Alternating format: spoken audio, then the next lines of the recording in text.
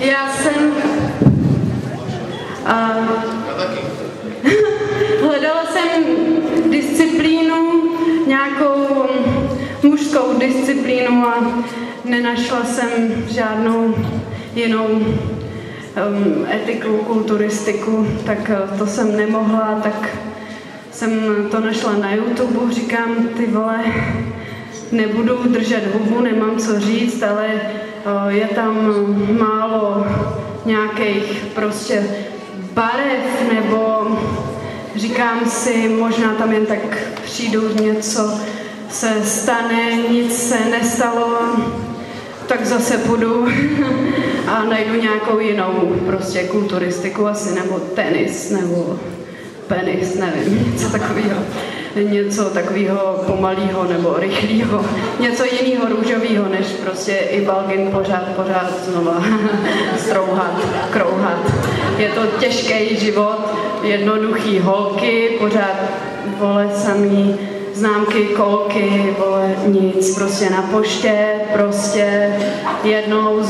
znova na vesnici čumíš na ulici, nevíš, nevidíš nic, prostě. Říkám si, chtěla bych takovej holčičí rap, takovej růžovej rap bych chtěla, takovej růžovej rap bych chtěla mít, tak si říkám, ty vole, klid do prdele, klid, nevím, čumím. Tak poslouchám, říkám si, ty vole, co by bylo tak holčičího, ty vole, dobrýho, krutýho, takovýho trochu sprostýho, ale to je strašně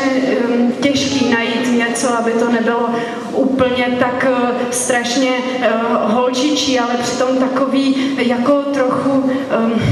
je to strašně těžký být holka nebo být trapná. Je to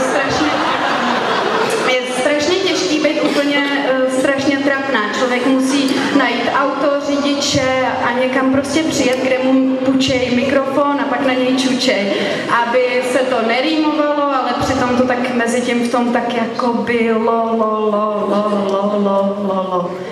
nějak tak prostě normálně, nevím, je to kritický ty 3 minuty, hektický, ty vole, trapný, zkusím to ještě u nás doma na vesnici, udělám to sama, před všema, růžový, vole, všichni si tam přijdou,